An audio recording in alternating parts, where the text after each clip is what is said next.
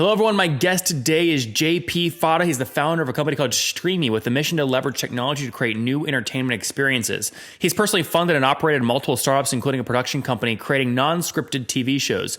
He is talented in the creation and deployment of cross-functional teams to launch concepts to market. JP, are you ready to take us to the top? I am, brother. Let's do it. All right, talk to me about this. So let's just start. Let me let you kind of just whiff for a second. Largest non-scripted TV show you've worked on that most people had probably heard of before is what?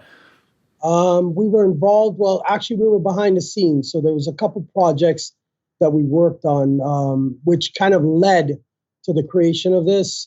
One of them was Tobacco Wars, okay, which is probably the largest one that we worked on. And it was kind of our entry into the actual industry itself, right? So when we were doing these non-scripted, it was because contact was kind of brought to me. We had a small incubation company domiciled in South Florida. And one of the guys, we were more focusing on tech. But one of the guys brought somebody that was an ex-film producer, an ex-actor, turned film producer. And he was trying to break out in reality-based programming. So we put together a slate of productions that we invested in, and he was going to actually utilize this to pitch to networks, which he had a lot of deep inroads into, but he couldn't make headway. Yeah, so it's tough, by the way. So, I mean, you've seen a lot, but selling into networks is tough. Why is it so difficult? Gatekeepers, right? Leverage. So they have showrunners. It's kind of an incestuous society, which kind of led to all of this. We realized firsthand by getting involved in that how much capital it was taken to actually develop Sizzle Reels, which were 3 minute to 8 minute segments to pitch to these networks to have them actually fund. How expensive is an average Sizzle Reel today, 3 to 4 minutes long? We were spending probably 50 to 60 grand every time we were creating a sizzle, right? Yep. At minimum. And the budgets were outrageous. I mean, and this was actually bootstrapped, right? So they'd spend considerably more sometimes. I think actually leveraging technology now, leveraging relationships. A lot of people get into it at different price points, which you're seeing in the content that's being created now digitally. But at the time, these guys are trying to create high quality production sizzles to pitch to these networks, but they were getting the door slammed on them. So I got integrally involved in the operational side once I realized that they were hemorrhaging a lot of money and we weren't getting any sort of road or pathway to any of this happening. And what's the prize they're going after? I mean, let's say a Sizzle Reel gets to an exec, they like it. What is the size of the offer that they're going to offer for, call it an 8 episode pilot? Yeah, it's amazing. They have different tier budgets. Well, first and foremost, if you're a new filmmaker and you're trying to break into the industry, almost near impossible to actually get a deal. But assuming that you do get a deal because you have some sort of a leverage position, then you get an override on the budget. I mean, that's it. You try to negotiate some back end, but most of those deals, the back ends are stripped out. So what you do is you try to package the content. You try to package all of the talent around the content so that you're managing the talent. So if the talents actually break out in year 2 and year 3, you're getting a piece of that by managing them as well. So it's a whole actual package you put together and kind of a 2-year or 3-year roadmap. But most of these guys try to break into it. They give away most of their leverage position up front because they're trying to get the credits, right? The EP credits, the producer credits. So what would like an HGTV or an NBC, if they're buying an 8 episode pilot, right? And really that purchase price is just covering the expenses of production. I mean, how much does it cost to produce a 47-minute episode 8 times?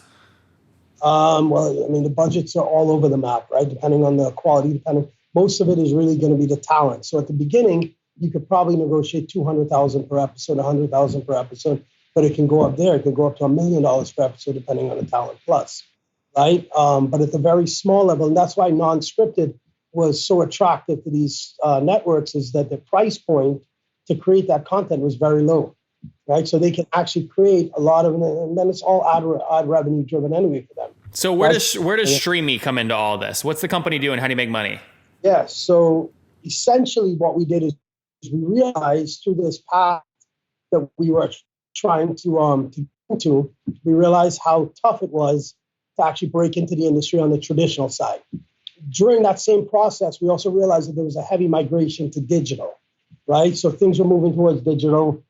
This was around the same time Facebook was had its IPO, right? So you were getting a lot of content that was picture driven, even on social media. Video content was probably 30 to 40% of the overall content. Now it's 80% plus, right? People aren't even watching as many pictures as there unless they're Instagram, but most of it is video based content. So we saw this entire shift happening, but we saw that there were inherent problems with this shift happening, right? So even present today, a creator or a publisher that's actually trying to develop content, to distribute content digitally, still has to go through certain gatekeepers as they did on the traditional side. You know, the Netflix, the YouTubes, and all of these companies, whether they're on the user-generated side or a closed-end system like Netflix, most of these publishers and creators are still beholden to them in some capacity, right? You see YouTube stripping away. Yeah. So JP, tell us specifically, what does Streamy do? Is this a page where I can host my episodes as I build them myself, or what? It's a do-it-yourself platform? This is a complete self-managed system. So there's three options available to a publisher right now. UGC, which is user-generated like YouTube. Close-ended, which you sell out to Netflix, because Netflix is not licensing as much acquiring, or do-it-yourself, right? Where you have to deploy your own code, you have to utilize some sort of a platform to do it. We developed a system that basically is a self-managed system that gives creators for the first time the ability to control the entire life cycle of their content, from packaging and publishing to distribution to monetization to marketing to promotion. And what does the average customer pay you per month for this? It's a shared revenue model. It's going to be free to them. So we're developing a platform and supportive services that's really going to be free to the publishers, and we're paying them 60 to 80% of the monetization. Okay. And monetize. So are you pre-revenue today? We're pre-revenue. We're pre-commercialization. We're commercializing and launching at the end of the year. Okay. And how are you funding yourself right now? Did you just raise a bunch of capital? We're self-funded to date. So we're now we're now beginning to talk about doing a future fundraise upcoming. Mm-hmm. How much, if I'm asking, because you're in the thick of it, you're in the trenches, baby. How much of your own money have you put into this thing? We've spent probably close to $4.5 million. And where's that money gone to mostly? Is it to the developers? Yeah, to the development, to the operational side of the business, but mainly to the development of this. We spent a year in R&D, right?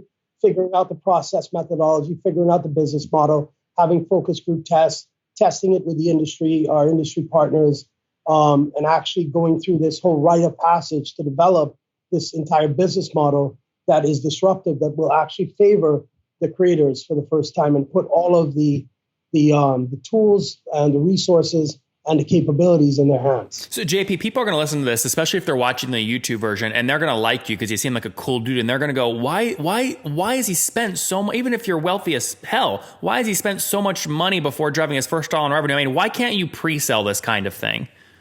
We looked at that model as well, right? So even if we pre-sold it, which means we'd have to charge the publishers something up front, and the entire company's mission was to create a disruptive system. We know that the money is going to come once we develop something that creates a new content category into a market, number one. And number two, really for the first time favors the publishers. I keep saying that because the whole focus of the company, having gone through this rite of passage, having been involved in the industry for a number of years, having seen what's being done, creators don't have an opportunity to do what they love, which is actually create content for the rest of their lives. Most of them are not business savvy. So they end up giving away entitlements and ownership and control of the pie to every intermediary that comes that takes and a lot of times it's exploited, right? Yeah. Well, so JP, how is this? The closest thing I can think of to this right now is something like Patreon. People who create videos will gate videos there, and their subscribers can pay a monthly fee to watch video, or they can pay per video, etc. How are you different from that? Yeah, Patreon is a great crowdsource mechanism. Tipping, donations, and actually prepaying for publications. That's one piece of it, right? Which is one piece. With us, we have a flexible monetization system because not all content is monetized equally. You can monetize it with ad revenues, so you can give free content. You can monetize it with VOD or pay-per-view, right? Rentals, downloads. You can monetize it with SVOD, which is subscription-based revenues. If you're a large enough network or broadcaster that you have multiple channels and multiple pieces of content. And then you can use the crowdsource approach to tipping and donations. So where we're different in a lot of people is the tools that you get, number one, to package your content, the distribution platform that we put together, which is going to be Streamy, is one umbrella ecosystem, and all of the different monetization and marketing promotional tools that you get. And in addition to that, the supportive services the company will do, from branded entertainment, product placement, revenue analysis, and working with our publishing partners to maximize their revenue potential. Mm-hmm. You mentioned you're thinking about doing a raise later this year. How do you think about how much you want to raise, and what would you use the money on? We are talking through that. So I don't have specifics on the actual number that we want to raise, but it will be north of $10 million. We're also exploring some creative opportunities right now, because part of our technology stack that we're developing on has elements of data, big data, and analytics, which is, again, going to be given to the publishers for free so they can utilize that as insights to create better content. The second is AI or machine learning, and elements of AI that's going to be in place into that for a more immersive consumer experience that's more preference driven. I don't know if it's you, but most people will tell you that they spend more time looking for something to watch than actually watching content on these platforms. How do you, though, figure it out? I mean, if you're going to raise $10 million, your pre-revenue, I mean, you've got to figure out how to convince people that you're worth 30 or 40 million bucks without any revenue if you don't want to get really diluted. How do you do that? We think, first of all, we think we're worth a lot more than that. But yeah, but JP, I'm just talking from my audience. They're going to be listening and going, he has no revenue. How is he worth anything more than zero? Yeah, well, correct. Okay, so that's all subjective, by the way, right? It is. But I mean, listen, convince me though. Why are you worth 100 million bucks today? Because we think we're worth 100 million bucks because of the technology. Well, first of all, if you were forecasting just on net present revenues based on a future projection, you could try to justify that. You can also justify by the business model and the audience size if you want. You could justify by your technology, your IP, and the protection over that IP. You could justify. Do you have protected IP today? We're in the process of protecting, some of it is trade secrets, and we're going into patent pending on a lot of process methodologies. Yeah, I mean, I don't want people to check out when they hear you say, well, we're going to value based off future projected cash flow, because people just project whatever the hell they want to project, right? Agreed, but this is quantifiable, right? Because there's enough data out there through what's being done in the ecosystem or in the digital sphere to actually quantify some of this analysis as well. Do it for me. Well, I mean, like, what are you quantifying? What are you measuring? Is it like minutes watched, number of publishers you project are going to be using you? I mean, what is it? Yeah, well, we have a duplication model. So simply put, we have a self-managed system that's an invite only. Then we have a hierarchical structure within that we can power multiple different levels of publishers. So we can power anyone from a channel influencer all the way up to a broadcaster that owns a broadcast, that bundles networks, that bundles channels, that bundles content, right? So within that hierarchical structure, we could power multiple levels of businesses. Within each level of business, we have some revenue analysis on each type of publisher level and what they mean in terms of a revenue potential return, or a revenue potential to the company. So we've taken that analysis and built a financial model based on that, and then it becomes purely a duplication model at that point. Right? So what valuation do you hope to raise at? We're hoping to raise probably north. Well, again, your audience is going to think we're crazy. But no, that's okay. What is it? What's the number? I mean, I don't know. But north of what? North of 90 million. North of 9. Okay, listen. If you raise sometime in the next 12 months at north of a $90 million valuation, I will come out. I want, something I don't. I'm taking you to steak dinner. I'm learning all your secrets. All right. Done. All right. Done. I'm going to hold you to that. Hey, hold me to it. You better believe it, brother. I'll turn. I'm a vegetarian, but I'll turn a carnivore for that. Not 100% guaranteed. I want to tell you the last part of this that we're doing, which is really important, is that we're developing analytics and data and a heavy insight engine. We're developing AI, and we're developing against blockchain as well. Right? So one of the cool things that we're adding into this, because we're a transparent model, because we're a disruptive model, we're adding in a layer on the transactional side and the rights management side that will include blockchain into it.